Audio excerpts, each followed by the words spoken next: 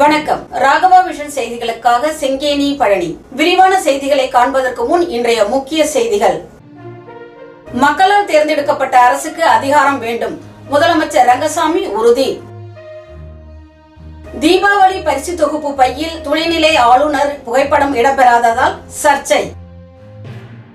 கொம்பாக்கத்தை சேர்ந்த 66 குடும்பங்களுக்கு முதலமைச்சர் ரங்கசாமி மற்றும் சட்டமன்ற உறுப்பினர் சிவா ஆகியோர் இலவச மனப்பட்டாக்களை வழங்கினர். நாட்டிய சாஸ்திராலயா சலங்கை பூஜை விழாவை முதலமைச்சர் ரங்கசாமி தொடங்கி வைத்தார்.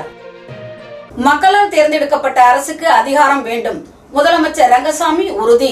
புதுச்சேரியில் தீபாவளி பண்டிகையை முன்னிட்டு சர்க்கரை, எண்ணெய் உள்ளிட்ட 6 வகையான மளிகை பொருட்கள் புதுச்சேரியின் 4 பிராந்தியங்களில் உள்ள அனைத்து அட்டைதாரர்களுக்கும் இலவசமாக வழங்கப்படும் என்று முதலமைச்சர் ரங்கசாமி அறிவித்திருந்தார். இத்திட்டத்திற்கு புதுச்சேரி துணைநிலை ஆளுநர் கைலாஷ்நாதன் நேற்று ஒப்புதல் அளித்திருந்த நிலையில் இத்திட்டம் இன்று திலாசுப்பேட்டை முதலமைச்சர் ரங்கசாமி வீட்டின் அருகே தொடங்கப்பட்டது.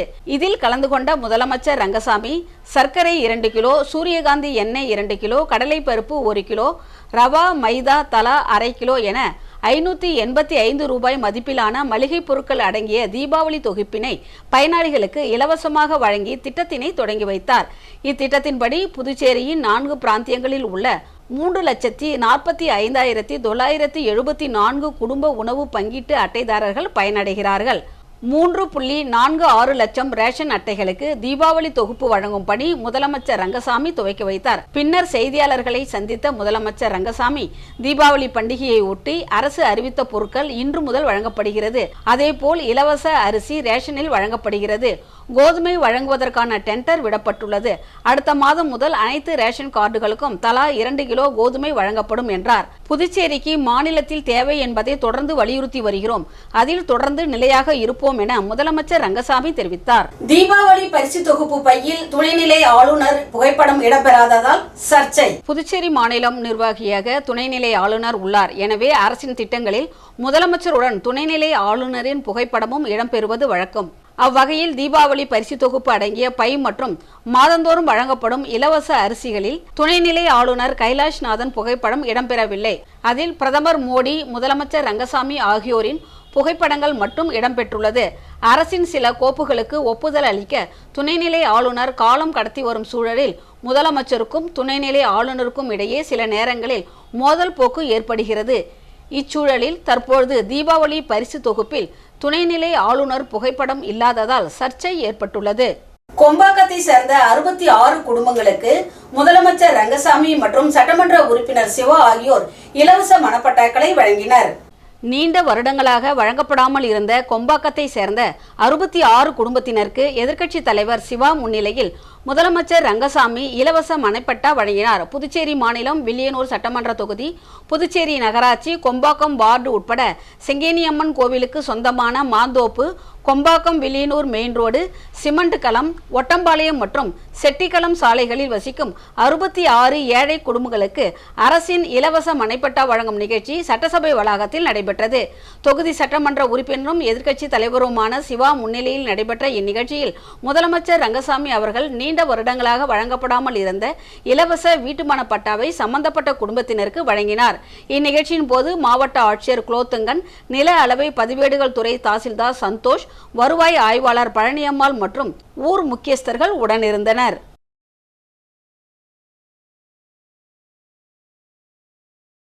நாட்டிய சாஸ்திராலயா சலங்கை பூஜை விழாவை முதலமைச்சர் ரங்கசாமி தொடங்கி வைத்தார். புதுச்சேரி நாட்டிய சாஸ்திராலயா இசை மற்றும் நடன பள்ளியின் 17வது சலங்கை பூஜை விழா கம்பன் கலையரங்கில் நடைபெற்றது.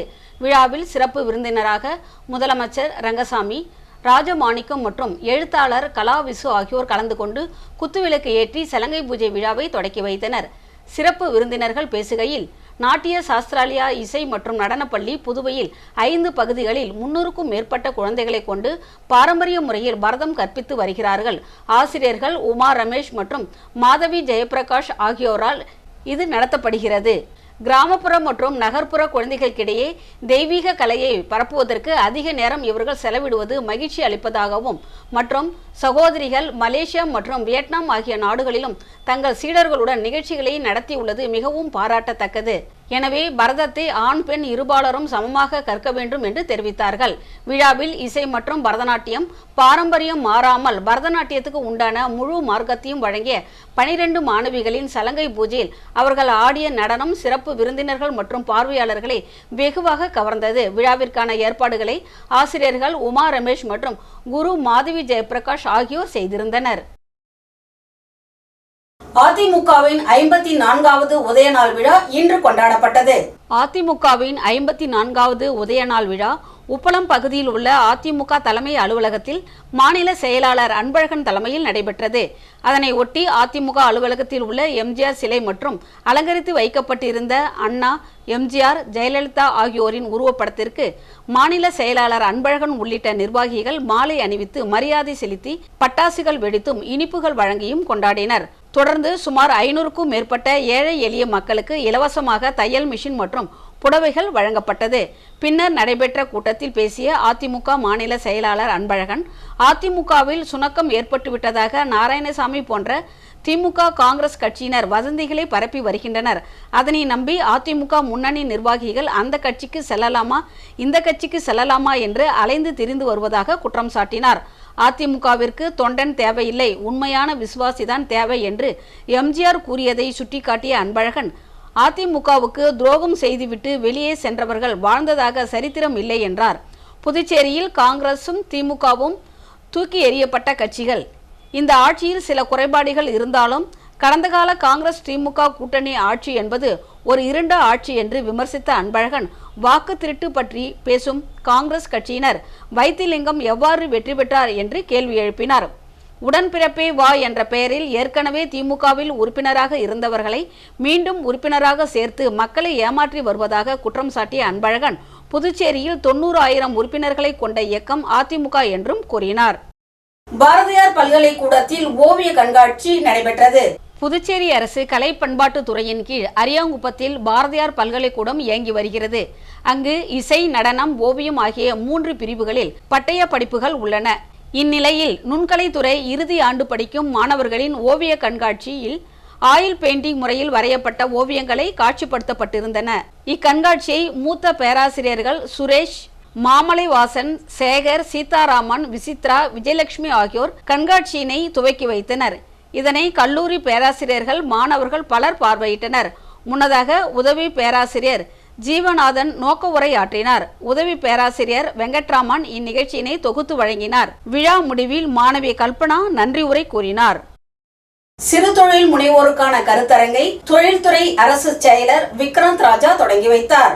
மத்திய அரசு, தேசிய சிறு தொழில் கழகம், புதுச்சேரி தொழில்துறை மற்றும் லக்கோ உத்யோக் பாரத் இணைந்து சிறு குறு தொழில் முனைவோருக்கான மின்னணு வர்த்தகம் மூலம் தொழிலை மேம்படுத்துதல் மற்றும் சந்தைப்படுத்துதல் பற்றிய விழிப்புணர்வு நிகழ்ச்சி தனியார் ஹோட்டலில் நடைபெற்றது. புதுச்சேரி தொழில்துறை அபிவிருத்தி அதிகாரி விக்ரம் வரவேற்புரை ஆற்றினார். விழாவில் சிறப்பு விருந்தினராக தொழில்துறை அரசு செயலர் விக்ரம் ராஜா கலந்து கொண்டு கருத்தரங்கை துவக்கி வைத்து திட்டங்கள் குறித்து சிறப்புரையாற்றினார். தேசிய சிறு தொழில் கழகத்தின் தலைமை மேலாளர் நரேந்திரகுமார் கழகத்தின் சேவைகள் மற்றும் தொழில் முனைவோர்களின் பயன்கள் குறித்து எடுத்துரைத்தார். குழு அதிகாரி பழனி புதிதாக உருவாக்கப்பட்டுள்ள டிஜிட்டல் காமர்ஸ் சேவையின் பயன்கள் குறித்து விளக்க உரையாற்றினார். சிறு குறு தொழில் செய்வோர் உருவாக்கும் பொருட்கள் பிரபலமான ஆன்லைன் வர்த்தக தளத்தில் கமிஷன் அடிப்படையில் விற்பனை செய்கின்றனர். இதற்கு மாற்றாக open network digital commerce on boarding உருவாக்கப்பட்டுள்ளது. இந்நிகழ்ச்சியில் புதுவை லகு உத்யாக் தலைவர் விஸ்வேஸ்வரன் மற்றும் அசோக், சுரேஷ் பாபு, சித்ரா பசுபதி ஆகியோர் கலந்து கொண்டு சிறப்பித்தனர். மேலும் இந்நிகழ்ச்சியில் புதுச்சேரி தொழிற்சங்கத்தின் தலைவர்கள், செயலாளர்கள், தொழில் முனைவோர்கள் மற்றும் பெண் தொழில் முனைவோர்கள் கலந்து கொண்டனர். ஒரு ஸ்பெசிபிக் பர்பஸ்க்காக யூஸ் பண்றது. வர முடியாது, பிளிப்கார்ட் உள்ள அமேசான் வர முடியாது, ஸ்விக்கி உள்ள ஜொமேட்டோ வர முடியாது, ஜொமேட்டோ உள்ள ஸ்விக்கி வர முடியாது. ஆனா ஓஎன்டிசில அமேசான். உலக கண் பார்வை தினத்தை ஒட்டி விழிப்புணர்வு பேரணி நடைபெற்றது. புதுச்சேரி அரசு நலவழித்துறை சார்பில் உலக கண் பார்வை தினத்தை அனுசரித்து வினாடி வினா போட்டி, வில்லுப்பாட்டு நிகழ்ச்சி மற்றும் விழிப்புணர்வு நடைபாதை பேரணி நடைபெற்றது. புதுச்சேரி அரசு நலவழித்துறை சார்பில் தேசிய கண் பார்வை இழப்பு தடுப்பு திட்ட அதிகாரி வர்ஷினி மற்றும் காலாப்பட்டு அரசு சுகாதாரம் மற்றும் நல்வாழ்வு மையம் தலைமை மருத்துவ அதிகாரி பிரதீப் குமார் அறிவுறுத்தலின்படி உலக கண் பார்வை தினத்தை அனுசரித்து பெரிய காலாப்பட்டு ஜோதி வள்ளலார் மேல்நிலைப் பள்ளியில் பயிலும் மாணவ மாணவிகளுக்கிடையே வினாடி வினா போட்டி மற்றும் அமலா மேல்நிலைப் பள்ளியில் பயிலும் மாணவ மாணவிகள் ஒருங்கிணைப்புடன் விழிப்புணர்வு நடைபாதை பேரணி முக்கிய வீதிகள் வழியாக கையில் விழிப்புணர்வு வாசகங்கள் அடக்கிய பதாகைகள் ஏந்தியபடி கோஷங்கள் எழுப்பியவாறு சென்றனர். மேலும் MOH பரூக் மரக்காயர் அரசு பெண்கள் மேல்நிலைப் பள்ளியில் பயிலும் மாணவிகளுக்கிடையே பிம்ஸ் மருத்துவமனை செவிலியர் கல்லூரி மாணவ மாணவிகள் ஒருங்கிணைப்புடன் விழிப்புணர்வை ஏற்படுத்தும் வகையில் வில்லுப்பாட்டு நிகழ்ச்சி நடைபெற்றது. காலாப்பட்டு அரசு சுகாதாரம் மற்றும் நல்வாழ்வு மையம் மருத்துவ அதிகாரி சூர்யா மற்றும் கண் அறுவை சிகிச்சை நிபுணர் கவிதா மாணவ மாணவர்களிடையே கண் பார்வையை பாதுகாக்கும் வழிமுறைகள் பற்றி சிறப்புரையாற்றி விழிப்புணர்வு ஏற்படுத்தினார்கள். வினாடி வினா போட்டியில் வெற்றி பெற்ற முதல் 3 நபர்களுக்கு பரிசுகள் வழங்கப்பட்டன. போட்டியில் பங்கேற்ற அனைத்து மாணவ மாணவிகளுக்கும் ஆறுதல் பரிசுகள் வழங்கப்பட்டது. இந்நிகழ்ச்சியில் சுகாதார பெண் மேற்பார்வையாளர் ஷகீலா, சுகாதார ஆய்வாளர் ரமேஷ், கிராமப்புற செவிலியர் விருதாம்பாள், சுகாதார உதவி ஆய்வாளர் மதிவாணன் மற்றும் மதியழகன் கலந்து கொண்டு சிறப்பித்தனர். கண் பரிசோதகர் மலர்விழி சிறப்புரையாற்றி நன்றி உரை கூறினார். இந்நிகழ்ச்சிக்கான ஏற்பாட்டினை ஆசிரியர் பெருமக்கள் மற்றும் ஆஷா ஊழியர்கள் நந்தினி, கலைவாணி, ஜெயந்தி, மகாலட்சுமி, ஞானசவந்திரி ஆகியோர் செய்திருந்தனர். மரக்காணத்தில் 200 ஆண்டு பழமையான ஆலமரம் வேரோடு சாய்ந்ததால் போக்குவரத்து பாதிப்பு. வடகிழக்கு பருவமழை துவங்கியதால் மரக்காணம் மற்றும் சுற்றுப்புற பகுதிகளில் நேற்று முதல் பரவலாக கனமழை பெய்து வருகிறது. இதனைத் தொடர்ந்து சில நேரங்களில் பலத்த காற்றுடன் கனமழை பெய்து வருகிறது. இந்நிலையில் மரக்காணம் புதுவை சாலையில் உள்ள கல்லறை எதிரில் இருந்த சுமார் 200 ஆண்டு பழமை வாய்ந்த ஆலமரம் வேரோடு சாலையில் சாய்ந்தது. இந்த ஆலமரம் சாய்ந்த இடத்தின் அருகில் தனியாருக்கு சொந்தமான தங்கும் விடுதி அமைந்துள்ளது. இந்த மரம் விழுந்ததில் தனியார் தங்கும் விடுதியில் எதிரில் அமைக்கப்பட்டிருந்த தகர செட்டுகள் பாதிக்கப்பட்டது. மேலும் இந்த செட்டில் நிறுத்தப்பட்டிருந்த 2 கார்களும் சேதமடைந்தன. அருகில் இருந்த மின் கம்பிகளும் அருந்து சேதம் ஏற்பட்டது. இதுகுறித்து தகவல் அறிந்த நெடுஞ்சாலைத்துறை உதவி பொறியாளர் தீனதயாளன் தலைமையில் நெடுஞ்சாலைத்துறை ஊழியர்கள், மின்துறை ஊழியர்கள், தீயணைப்புத்துறை ஊழியர்கள் சம்பவ இடத்திற்கு வந்து JCB இயந்திரம் மூலம் சாலையில் விழுந்து கிடந்த ஆலமரத்தை வெட்டி அப்புறப்படுத்தும் பணியில் ஈடுபட்டு வருகின்றனர்.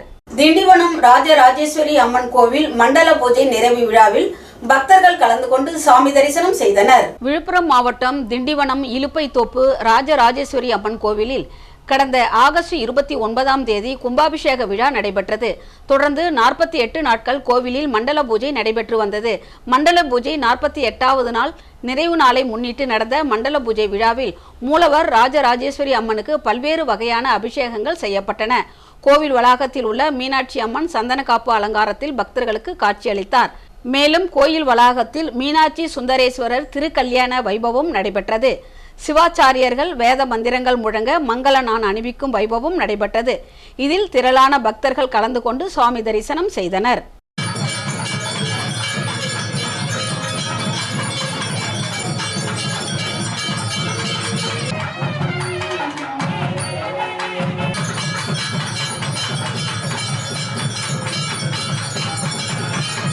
புதுச்சேரியில் போக்குவரத்து நெரிசலில் சிக்கிய முதலமைச்சரின் வாகனம் குறித்த வீடியோ சமூக வலைதளங்களில் வைரலாகி வருகிறது. நெருங்கி வரும் தீபாவளி பண்டிகையை முன்னிட்டு புதுச்சேரியில் கிராமப்புற பகுதிகளில் இருந்தும் பல்வேறு மாநிலங்களில் இருந்தும் பண்டிகை கொண்டாட அதிக அளவு மக்கள் புதுச்சேரி நோக்கி வருகை தந்து வருகின்றனர்.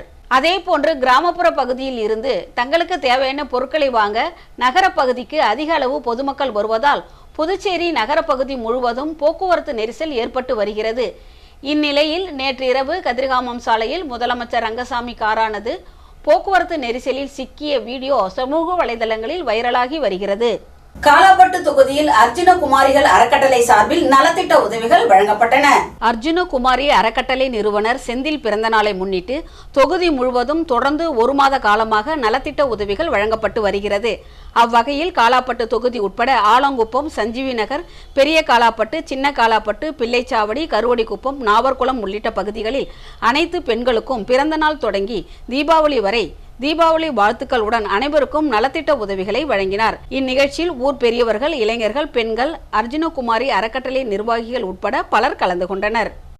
விநாயகா மிஷன் சார்பில் சிறுநீரக டயாலிசிஸ் தொழில்நுட்பத்துறை சொற்பொழிவு நடைபெற்றது. விநாயகா மிஷன் புதுச்சேரி வளாகத்தில் அமைந்துள்ள அலைடு ஹெல்த் சயின்ஸ் கல்லூரியின் சிறுநீரக டயாலிசிஸ் தொழில்நுட்பத்துறை சார்பில் சொற்பொழிவு நடைபெற்றது.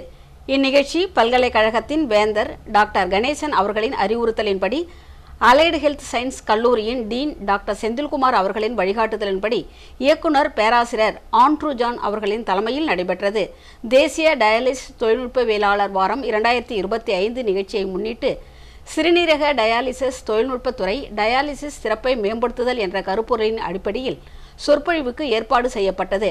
இந்நிகழ்ச்சியில் உதவி பேராசிரியர் தமிழ்ச்செல்வன் வரவேற்புரை வழங்கினார். இயக்குனர் பேராசிரியர் ஆண்ட்ரூ ஜான் சில்வெஸ்டர் சிறப்புரை ஆற்றினார் மற்றும் தலைமை விருந்தினரான செல்வ கணபதி டயாலிசிஸ் தொழில்நுட்ப வல்லுநர், சென்னை அப்பல்லோ மருத்துவமனைகளின் மேலாளர் ஆகியோரை பாராட்டி நினைவு பரிசு வழங்கி கௌரவித்தார். பேச்சாளர் செல்வ கணபதி டயாலிசிஸ் தொழில்நுட்பத்தின் பங்கு மற்றும் பொறுப்புகள் பற்றிய சொற்பொழிவை நிகழ்த்தினார். இந்நிகழ்ச்சியில் அறுபடை வீடு மருத்துவக் கல்லூரி மற்றும் மருத்துவமனை, விநாயகா மிஷனின் சூப்பர் ஸ்பெஷாலிட்டி மருத்துவமனையின் டயாலிசிஸ் தொழில்நுட்ப வல்லுநர்களின் சேவையை பாராட்டி நினைவு பரிசு வழங்கி கௌரவிக்கப்பட்டனர். டயாலிசிஸ் தொழில்நுட்பத்துறை மாணவர்கள் கல்லூரிக்கு மனித எலும்புக்கூடு அமைப்பு மாதிரியை நன்கொடையாக வழங்குவதன் மூலம் நிறுவனத்திற்கு குறிப்பிடத்தக்க பங்களிப்பை செய்தனர். அமர்வின் முடிவில் கேக் வெட்டும் நிகழ்ச்சி நடைபெற்றது. டயாலிசிஸ் உதவி பேராசிரியர் பிரீத்தி நன்றி உரை நிகழ்த்தினார். இந்நிகழ்வின் மூலம் கிட்டத்தட்ட 40 மாணவர்களும் 15 டயாலிசிஸ் நிபுணர்களும் பயனடைந்தனர். இந்நிகழ்ச்சியை நிர்வாக அதிகாரி சந்துரு மற்றும் சிறுநீரக டயாலிசிஸ் தொழில்நுட்பத்தின் ஆசிரியர்கள், மாணவர்கள் ஆகியோர்கள் செய்திருந்தனர். சின்ன கோட்டக்குப்பம் 14வது வார்டில் தீபாவளி பரிசாக மளிகை தொகுப்பினை திமுக நகரமன்ற உறுப்பினர் ஸ்டாலின் சுகுமார் வழங்கினார். தமிழ்நாடு கோட்டக்குப்பம் நகராட்சிக்கு உட்பட்ட சின்ன கோட்டக்குப்பம் பகுதி 14வது வார்டில் வசிக்கும் சுமார் 200 குடும்பங்களுக்கு தீபாவளி பண்டிகையை முன்னிட்டு 1 கிலோ பச்சரிசி, 1 கிலோ வெல்லம், 1 லிட்டர் சன்ஃப்ளவர் ஆயில், 1 கிலோ சர்க்கரை, மைதா, கடலைப்பருப்பு, பஜ்ஜி மாவு உள்ளிட்ட மளிகை தொகுப்பினை அவரவர் தீபாவளி பரிசாக இல்லத்திற்கே சென்று நேரில் வழங்கிய கோட்டக்குப்பம் நகராட்சி 14வது வார்டு நகர மன்ற உறுப்பினரும் 14வது வார்டு திமுக செயலாளருமான ஸ்டாலின் அவர்கள் வழங்கினார். மேலும் பொதுமக்கள் அனைவருக்கும் தீப ஒளி திருநாள் வாழ்த்துக்கள் தெரிவித்தார். இந்நிகழ்ச்சியில் திமுக கட்சி நிர்வாகிகள், பொதுமக்கள் கலந்து கொண்டனர். இன்றைய தங்கம் வெள்ளி விலை விவரம். தங்கம் 1 கிராம் 12,170 ரூபாய். 1 சவரன் தங்கம் 97,360 ரூபாய். 10 கிராம் வெள்ளி 2000 ரூபாய். மீண்டும் முக்கிய செய்திகள். மக்களால் தேர்ந்தெடுக்கப்பட்ட அரசுக்கு அதிகாரம் வேண்டும், முதலமைச்சர் ரங்கசாமி உறுதி. தீபாவளி பரிசு தொகுப்பு பையில் துணைநிலை ஆளுநர் புகைப்படம் இடம்பெறாததால் சர்ச்சை. கொம்பாக்கத்தை சேர்ந்த 66 குடும்பங்களுக்கு முதலமைச்சர் ரங்கசாமி மற்றும் சட்டமன்ற உறுப்பினர் சிவா ஆகியோர் இலவச மணப்பட்டாக்களை வழங்கினர். நாட்டிய சாஸ்திராலயா சலங்கை பூஜை விழாவை முதலமைச்சர் ரங்கசாமி தொடங்கி வைத்தார். இத்துடன் இன்றைய செய்திகள் நிறைவு பெறுகிறது. வணக்கம்.